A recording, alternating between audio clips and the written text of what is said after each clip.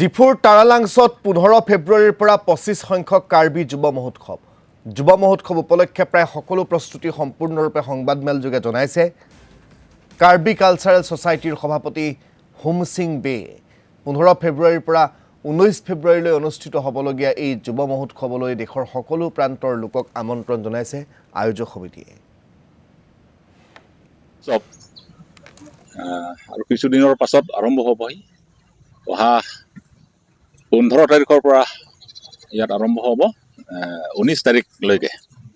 গতিকে এই সম্পৰ্কে আপোনালোক আমি মতাৰ উদ্দেশ্যটো হ'ল যে সেই যিটো কাৰ্বি যুৱ মহোৎসৱৰ বিষয়লৈ আপোনালোকে বহলভাৱে যাতে প্ৰচাৰ হয়, যাতে অসমৰ চুকে কোণে ৰাইজ যাতে গম পায় আৰু অসমৰ বাহিৰতো বিভিন্ন আমাৰ ষ্টেট বা ঠাইতো যাতে গম পায় যে অহা ইমান তাৰিখৰ পৰা কাৰ্বি মহোৎসৱ চলি আছে। 15 ফেব্ৰুৱাৰীৰ পৰা 19 তাৰিখলৈকে চলিব।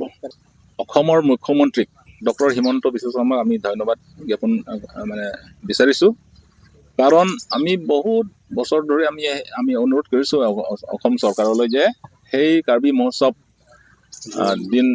দিনত যাতে আমাক হলিডে দিয়ে।